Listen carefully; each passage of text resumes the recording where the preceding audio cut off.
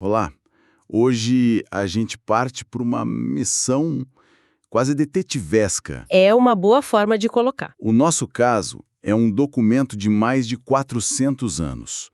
Os Cânones de Dort, de 1619. Um texto que nasceu de uma briga teológica gigantesca, né? Exato. Uma briga tão intensa na Holanda que precisaram de um sínodo internacional só para resolver. E foi daí que saiu esse texto, que muitos veem como a certidão de nascimento do calvinismo mais rigoroso. O chamado calvinismo de 5 pontos. Isso. E nosso guia nessa investigação vai ser o filósofo e teólogo Norman Geisler, através da análise que ele faz no livro Eleitos Mas Livres. Certo. A nossa missão aqui é seguir as pistas que ele aponta para tentar responder a uma pergunta central.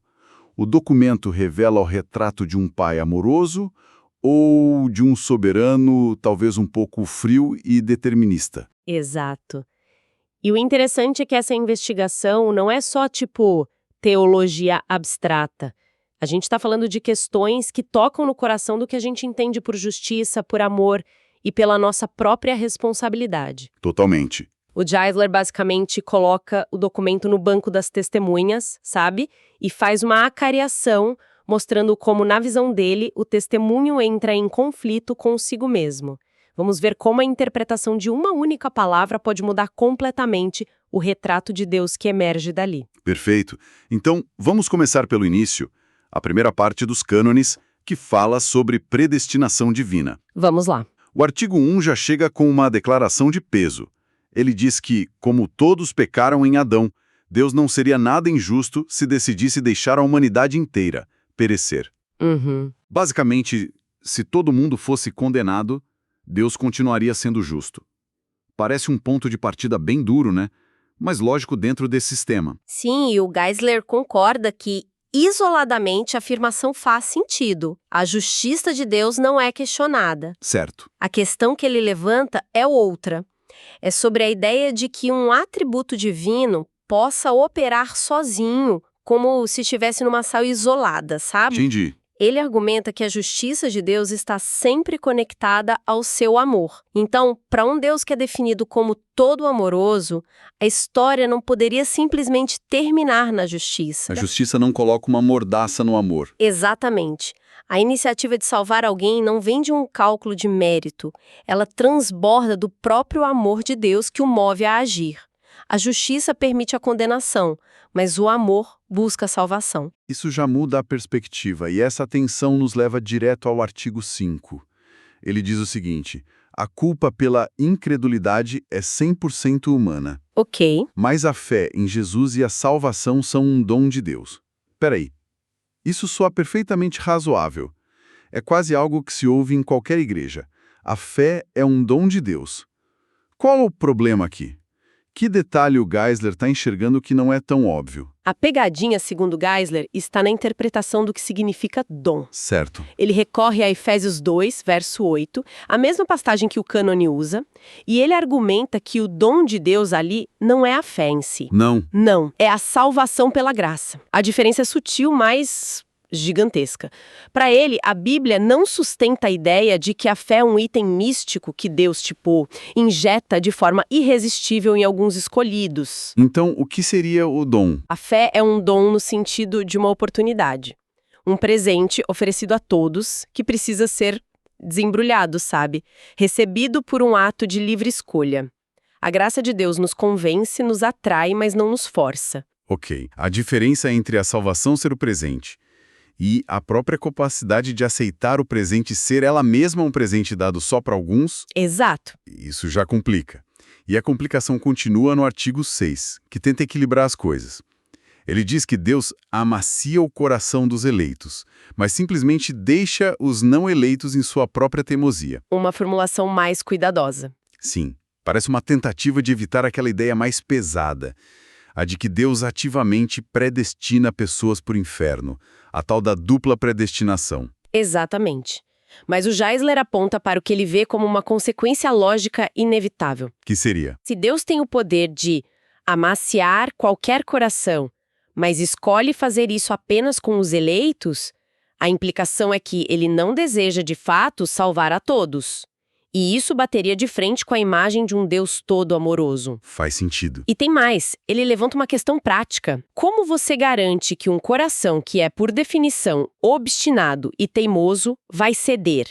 A única maneira 100% garantida seria forçando-o. E no momento em que a graça se torna uma força irresistível, o livre-arbítrio, na visão do Geisler, deixa de existir. A corda vai esticando, né?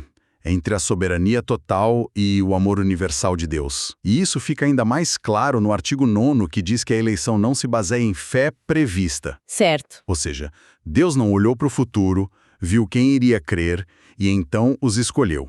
A escolha é totalmente baseada na sua vontade. E nesse ponto, o Geisler concorda. Em parte. Ele diz, claro, a base da salvação é a graça de Deus, não as nossas boas obras ou a nossa fé. Senão a fé viraria uma obra. Perfeito. Se fosse nossa fé que causasse a eleição, ela se tornaria meritória. O ponto dele é outro. Ele argumenta que, embora a eleição não seja baseada na fé, ela acontece de acordo com o pré-conhecimento de Deus, citando 1 Pedro 1:2. Ah, entendi a distinção. A fé não é a causa da salvação, mas a condição para recebê-la. É como um perdão presidencial. O perdão é um ato incondicional de graça do presidente, mas para ser efetivado, o prisioneiro precisa aceitá-lo. A base é a graça, a condição é a fé. Faz sentido. Mas aí vem o artigo X e parece querer encerrar o debate na marra. Esse é forte. Ele diz que a pura e simples vontade de Deus é a única causa da eleição. E para quem reclamar, ele joga na mesa Romanos 9:20. Quem é você, ó homem, para questionar a Deus? Parece um cala-boca teológico. Um ponto final. Parece, né? Mas o Geisler oferece 2 contrapontos brilhantes aqui. Qual o primeiro? Primeiro, ele usa a própria teologia calvinista a seu favor. Ele lembra que até a Confissão de Fé de Westminster, um pilar do calvinismo, distingue entre causa primária e causas secundárias. Explica isso melhor. Pensa assim, Deus é o autor da peça. Ele define o ato final.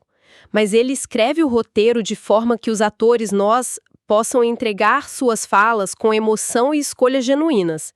O resultado é certo, mas a atuação é real. O livre-arbítrio seria uma dessas causas secundárias. E a crítica dele é que os cânones esquecem dos atores. Exato, parecem focar só no autor. E o segundo contraponto, sobre o quem é você para questionar a Deus. Esse é ainda mais importante. Geisler faz uma distinção crucial.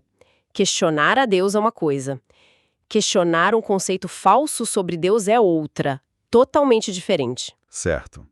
Murmurar contra um Deus que age de forma arbitrária ou que não ama a todos não é o mesmo que se rebelar contra o Deus verdadeiro, que a teologia clássica define como perfeitamente bom, justo e amoroso. Então, defender o caráter de Deus contra uma caricatura. Pode ser um ato de devoção, exatamente. Ok, a primeira parte do documento já deixou o terreno minado. Vamos para a segunda seção, sobre a morte de Cristo. O artigo 3 aqui é famoso. É dele que sai a frase suficiente para todos, eficiente para os eleitos. O texto diz que a morte de Cristo é abundantemente suficiente para expiar os pecados do mundo inteiro. Sim, a suficiência do sacrifício nunca esteve em debate. Mas o Geisler diz que a verdadeira pergunta não é sobre o valor da morte de Cristo, mas sobre a intenção. Como assim? Cristo morreu com o objetivo de salvar a todos. Ele aponta que tanto o Novo Testamento quanto o próprio João Calvino, em vários comentários, parecem dizer que sim, que a oferta da salvação se estende ao mundo inteiro. Então o debate não é se a cura é potente o suficiente para todos. Mas se o médico a ofereceu a todos os pacientes. Isso. E nesse mesmo artigo, a questão da responsabilidade volta com tudo. Diz que quem se perde na incredulidade é totalmente culpado.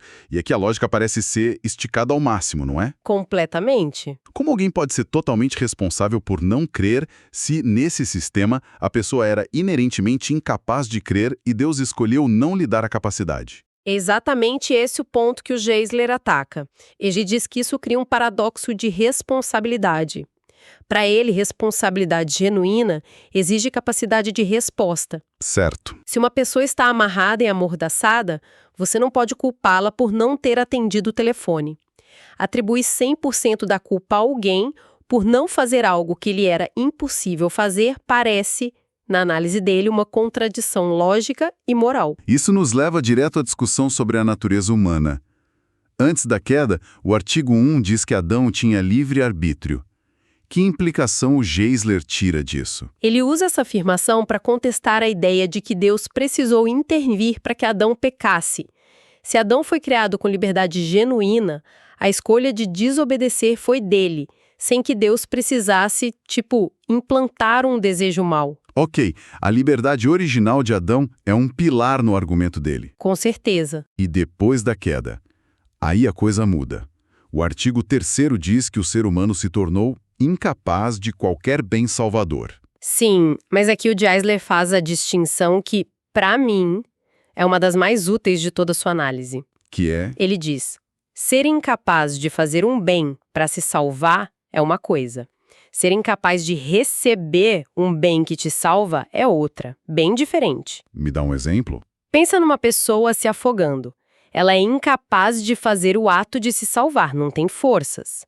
Mas ela ainda é capaz de receber a ajuda, ou seja, de agarrar a boia que foi jogada para ela. A humanidade caída não pode iniciar a salvação, mas pode aceitar a salvação oferecida. Exatamente, com a ajuda da graça, claro. Essa analogia da boia é perfeita.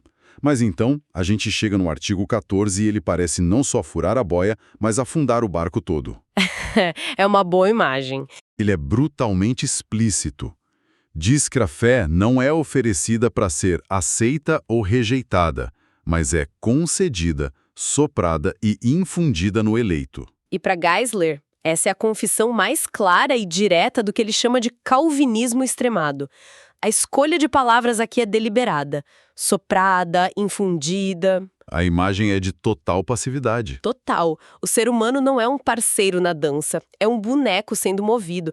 E isso volta àquela acusação inicial. Se Deus tem esse poder de infundir a fé em qualquer um, mas escolhe não o fazer com a maioria... A conclusão de que ele não deseja salvar a todos se torna quase inescapável. E isso colide violentamente com a ideia de um Deus que é amor. Uau!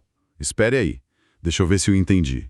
Um artigo diz que a fé é infundida na gente, tipo um soro na veia, sem a gente ter escolha. Sim. Mas logo em seguida, 2 artigos depois, no artigo 16, o texto diz que a graça da regeneração não trata o ser humano como um robô, nem retira dele a vontade, nem faz violência a ela, mas doce e poderosamente a inclina. Peraí, isso parece dizer exatamente o oposto. Parece, né? É como dizer, não estou te forçando a comer, só estou colocando a comida na sua boca e movendo sua mandíbula para você. Como o Geisler lida com isso? E esse é o clímax da investigação do Geisler. Ele aponta para isso e diz: aqui está. Não é um mistério divino, é uma contradição lógica. Uma contradição. Sim. Não se pode afirmar no mesmo fôlego que a vontade não é forçada e que a fé é infundida de forma irresistível numa vontade que por si só não cooperaria. Se a vontade é poderosamente inclinada a ponto de não poder resistir, isso não é, na prática, uma forma sofisticada de coerção. É um ótimo ponto. Um Deus absolutamente soberano, que opera de forma irresistível, e um ser humano cuja vontade não é violada. E, na visão dele, isso é filosoficamente incoerente. Eu consigo ver a lógica, mas, só para fazer o advogado do diabo, não se poderia argumentar que isso é só a limitação da linguagem humana tentando descrever uma ação divina? Que talvez força e persuasão sejam a mesma coisa na perspectiva de Deus? O Geisler descarta a possibilidade de ser um mistério teológico. É uma ótima pergunta. E a resposta do Geisler seria que a teologia não tem licença para violar as leis fundamentais da lógica, como o princípio da não contradição. Certo. Dizer que algo é simultaneamente A e não A não é um mistério, é um absurdo. Ele argumentaria que a própria Bíblia se apresenta de forma racional e convida ao entendimento. Apelar para o mistério para resolver uma contradição direta seria para ele um curto-circuito intelectual, não uma solução teológica. Entendi. A contradição percebida é realmente o ponto central. Vamos para a última parte, a perseverança dos santos. Aqui, os artigos 3 e 8 dizem que os crentes são preservados até o fim, não por mérito próprio, mas pela misericórdia e poder de Deus. Certo. Parece que aqui, finalmente, temos um pouco de paz. Sim, neste ponto, o Geisler viu um consenso claro. A doutrina da segurança da salvação, conhecida como uma vez salvo, sempre salvo, não é controversa entre os dois lados que ele analisa. Ambos concordam. Ambos concordam. A perseverança vem do poder de Deus que nos segura, não da nossa força em nos agarrar a Ele. A única nota de rodapé que o Geisler adiciona é que a fé inicial, como a gente já viu, não pode ser contada como uma obra, pois a Bíblia consistentemente opõe fé a obras. O mérito é todo do salva-vidas. Não da pessoa que se afogava. Exato. Então, depois de seguir todas essas pistas, o que tudo isso significa? Resumindo, a leitura que o Norman Geisler faz dos cânones de Dort revela um documento em... Crise de identidade. É uma boa forma de resumir. De um lado, uma defesa poderosa da soberania absoluta de Deus. Do outro, afirmações que parecem proteger o livre-arbítrio e a responsabilidade humana. E, no meio de tudo, um conflito latente entre o retrato de um Deus que escolhe incondicionalmente apenas alguns e um Deus que, por natureza, é amor para com todos. Exatamente.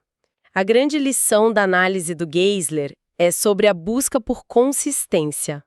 A forma como a gente define um atributo de Deus, como a soberania, tem um efeito dominó em todos os outros, como o amor e a justiça. Certo. O debate mostra que não se trata apenas de citar versículos, mas de construir um retrato coerente do caráter de Deus. E como vimos, ênfases diferentes nos artigos dos cânones podem levar a retratos dramaticamente distintos de quem Deus é. E para deixar uma reflexão final, baseada em tudo isso, o artigo 15 diz que Deus não tem obrigação de dar graça a ninguém. É uma afirmação forte sobre soberania. Muito forte. O Geisler contra-argumenta que, embora Deus não nos deva nada, ele é obrigado, por sua própria natureza, a ser quem ele é, amoroso e justo. Então a questão que fica é esta. Deus é mais como um programador mestre que pode reescrever qualquer código que quiser, inclusive o seu próprio, Ou Deus é mais como um músico perfeito, que está, entre aspas, preso às regras da harmonia, justamente porque essas regras são a expressão de sua própria natureza perfeita. Em outras palavras, a liberdade de Deus inclui a liberdade de agir contra quem ele é